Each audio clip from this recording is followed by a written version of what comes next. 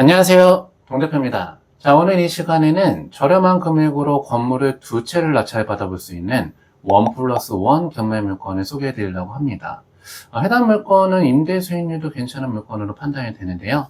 해당 물건을 소개해 드리면서 주변 개발 계획도 같이 설명드릴 테니 끝까지 시청 부탁드립니다.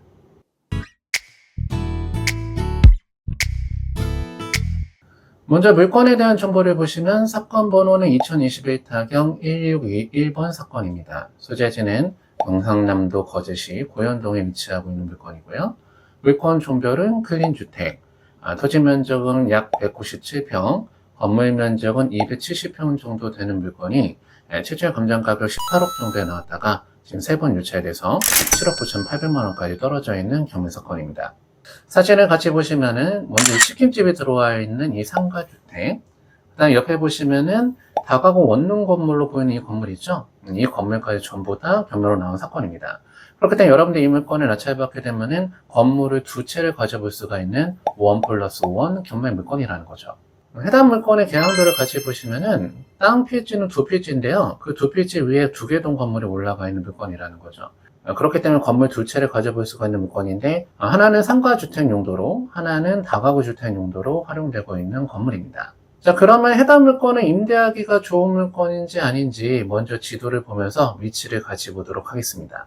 지도를 같이 보시면 해당 경매 물건은 거제시청 인근에 들어가는 물건입니다.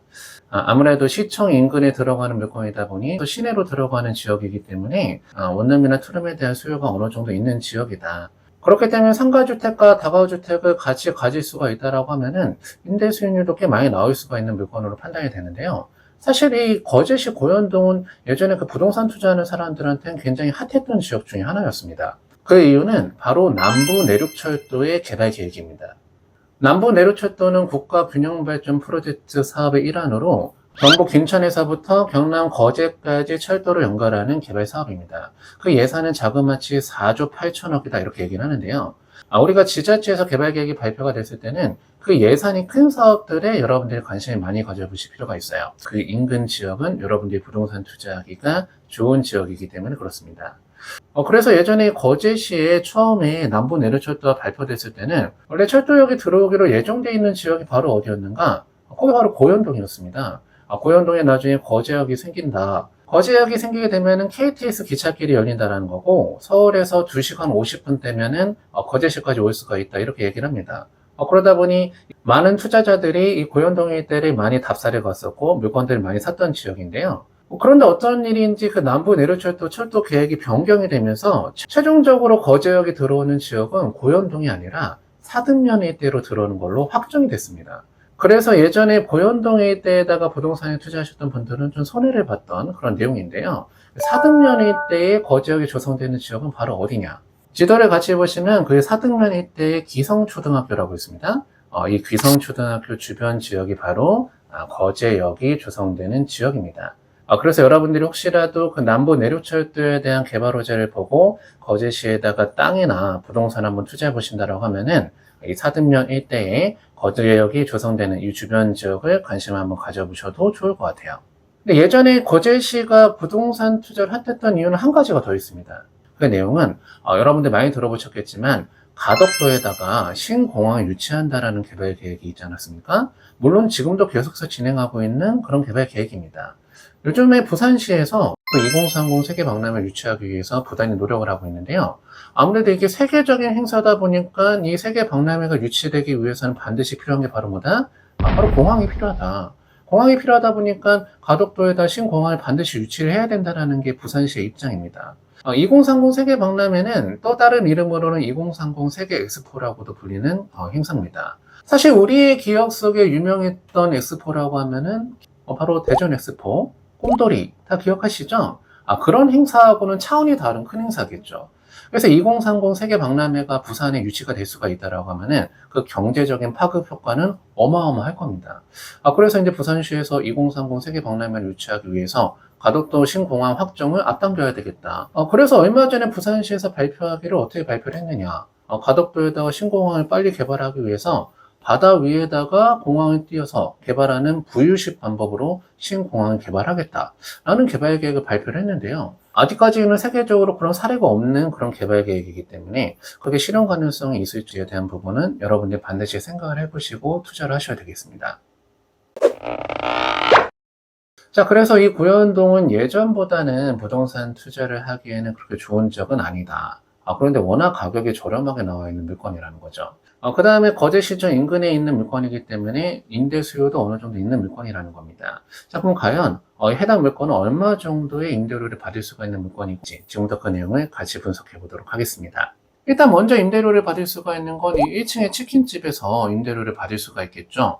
여기선 약 월세를 75만 원 정도 내고 있다 이렇게 얘기를 합니다. 그 다음에 나머지는 원룸에 대한 월세 수입을 바라볼 수가 있겠죠. 해당 지역은 과연 월세가 얼마 정도 나올 수가 있는 지역인가. 네이버 부동산을 보면서 그 월세 시세를 같이 보시면은 이 거제시청 인근 지역은 월세는 한 20만 원 정도를 받을 수가 있는 지역으로 판단이 됩니다. 그렇다고 하면 해당 물건은 원룸 개수가 몇 개 정도 되는 물건인가. 사진으로만 보더라도 그 다가구 원룸 건물은 원룸 개수가 굉장히 많아 보이는데요. 보면은 2층에 7가구, 3층도 7가구, 4층도 7가구 이렇게 나옵니다. 총 원룸 개수는 21개로 나오는 물건입니다. 그럼 21개 원룸에서 월세를 20만 원씩 받을 수가 있다라고 하면은 한 달에 420만 원 정도의 수입이 발생할 수가 있고, 아까 전에 1층의 치킨집에서 월세가 75만 원 정도 나온다라고 하면은 한 달에 약 500만 원 정도의 월세를 받을 수가 있는 물건이라고 하는 건데요. 여기서 굉장히 중요한 점 한 가지. 항상 여러분들이 건물을 투자하시려고 하실 때는 가장 먼저 살펴보셔야 되는 게 건축물 대장을 꼭 보고 사셔야 된다. 과연 그 건물이 하자가 있는 건물인가 없는 건물인가를 반드시 확인하고 투자를 하셔야 됩니다. 워낙 건물주들이 임대 수익률을 높이기 위해서 건물의 내부 구조를 무단용도 변경한다던가 불법 증축을 하는 일들이 비일비재하기 때문에 그렇습니다. 지금 현재 경기도 용인에도 다가구 원룸 건물이 하나 경매로 나와 있는데요. 층마다 한 가구씩 들어가는 3가구밖에 안 되는 건물을 각 층마다 6가구로 쪼개놨습니다. 총 18세대를 임대를 받을 수가 있는 원룸 건물로 불법 개조를 해놨는데, 그런 건축물은 여러분이 낙찰받게 된다라고 하면은 월세는 많이 들어올 수도 있지만 그 이행강제금이라고 하는 범칙금을 여러분들이 내셔야 되기 때문에 배보다 배꼽이 더 클 수가 있다. 그래서 여러분들은 그런 하자 있는 건축물들은 절대로 낙찰받으시면 안 되겠죠. 그래서 여러분들이 건물에 투자하실 때 반드시 보셔야 되는 서류가 건축물 대장이라는 겁니다. 자, 그러면 해당 건물의 건축물 대장을 같이 한번 살펴보면은, 건물이 2개다 보니 건축물 대장도 2개겠죠. 먼저 다가구 주택에 대한 건축물 대장을 같이 살펴보면은, 우선 제가 어떤 건축물이 불법 건축물로 등재되어 있다라고 하면은 건축물 대장 떼자마자 표제부 오른쪽 3단에 일반 건축물이라고 나온다고 말씀드렸죠. 해당 건축물은 그런 내용은 없네요. 지금 현재는 건축물 대장상 일반 건축물로 등재되어 있지 않다라고 하더라도 여러분들 반드시 확인하셔야 되는 게 현황 용도와 공부상 용도가 일치하는지를 반드시 보셔야 된다. 아직까지는 안 걸렸을지 모르겠지만 불법상 있는 건물이면은 나중에 일반 건축물로 등재가 될 수도 있기 때문에 그렇습니다. 해당 물건의 건축물의 용도를 보니까 단독 다가구 주택으로 되어 있기 때문에 이거는 문제가 돼 보이지 않으나, 뭐가 문제냐? 아까 전에 제가 말씀드렸을 때 이 건물의 총 가구 수는 21가구라고 말씀드렸는데, 해당 건축물 대장을 봤을 때는 총 가구 수는 17가구다 이렇게 나와 있죠. 즉, 일부 세대를 좀 쪼개갖고 세대수를 늘렸다라는 거죠. 지금 현재는 건축물 대장상 일반 건축물로 등재가 안 돼 있는데 경매가 나왔기 때문에 이건 걸릴 수밖에 없습니다. 그렇기 때문에 여러분들이 해당 건축물 낙찰받게 되면은 그 불법 사항이 있는 부분에 대해서 원상복구를 하셔야 될 수도 있다는 거 생각하고 낙찰받으셔야 된다. 만약 그 부분에 대해서 원상복구를 안 하게 된다라고 하면은 일반 건축물로 등재가 될 것이고 이행강제금 범칙금을 맞아야 되겠죠. 그렇게 되면 아무리 월세 수입이 많다라고 하더라도 범칙금이 나가게 되면은 그만큼 임대 수익률은 떨어질 수밖에 없다는 거죠.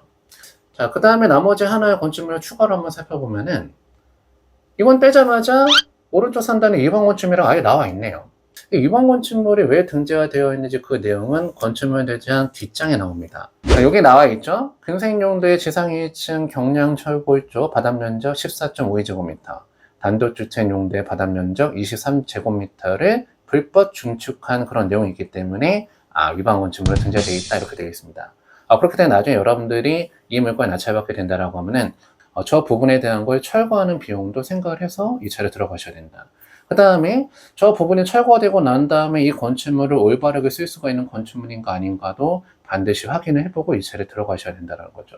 근데 이 물건은 위반사항이 또 있어요. 이 근린주택은 1층은 상가, 근린생활시설이고 2층은 주택, 한가구로 나와 있는데 2층의 주택도 세 가구로 쪼개놨습니다. 아무래도 시청 근처다 보니까 원룸의 임대수요가 많긴 많겠죠. 그러다 보니 이 건물주가 임대 수익률을 극대화시키기 위해서 이 주택들을 많이 쪼개놓지 않았나 이렇게 판단이 됩니다. 이 부분도 나중에 걸리게 된다라고 하면은 원상복구를 해야 될 수도 있다는 걸 반드시 생각하고 투자를 하셔야 되겠죠. 마지막으로 가격에 대한 정보를 같이 봐보시면은 해당 물건 바로 인근 지역으로 들어가는 물건들은 단독주택에 대한 거래 사례가 3개 정도가 있습니다. 2021년도에 거래된 거 2건, 2022년도에 거래가 된 게 1건 있는데요. 거의 대부분은 평균적으로 평당 400만 원 가까이의 거래가 된 사례들입니다. 근데 실제로 이 단독주택들은 건물들이 굉장히 오래된 단독주택들이 거래가 됐기 때문에 건물에 대한 가격은 거의 없이 땅값에 대한 가격만으로 거래를 하는 사례들이겠죠. 그렇기 때문에 해당 지역은 토지 가격만 한 평당 400만 원 정도 나가는 지역이라고 판단이 됩니다. 그러면 아까 전에 이 물건이 토지 면적이 한 200평 정도 되는 물건이었었거든요. 200평 정도 되는 물건인데 땅값만 한 400만 원 정도 받을 수가 있는 지역이다. 그러면 지금 현재 최저가 정도 수준이라는 거죠. 땅값밖에 안 되는 그런 가격을 지불하고 건물 2채를 가져볼 수가 있는 물건이기 때문에 여러분들 한번 조사를 한번 해보시면 좋겠는데요. 아까 전에 제가 말씀드린 것처럼 위반사항이 좀 있는 건축물들이니 그 내용을 반드시 참고를 하시고 이 차례 참가를 해보셔야 되겠습니다. 마지막으로 해당 물건의 권리 분석을 한번 해보도록 하겠습니다.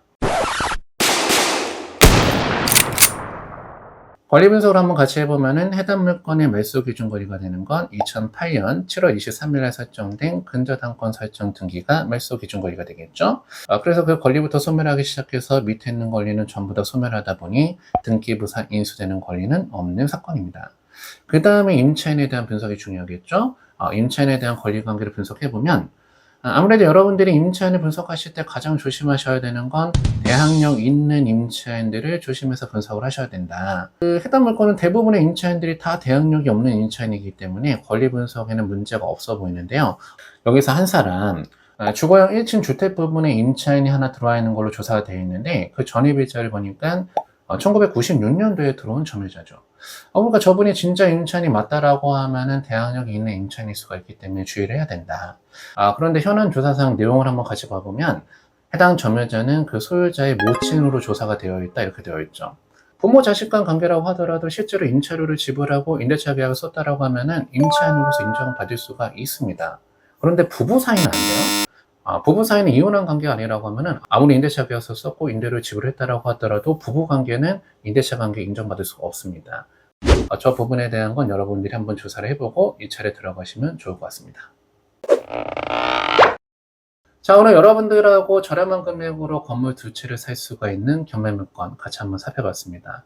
우리가 항상 건물을 사실 때는 건축물 대장 꼭 확인하자는 거 다시 한번 잊지 말아 주시고 오늘 내용 여기까지 해서 마무리하도록 하겠습니다.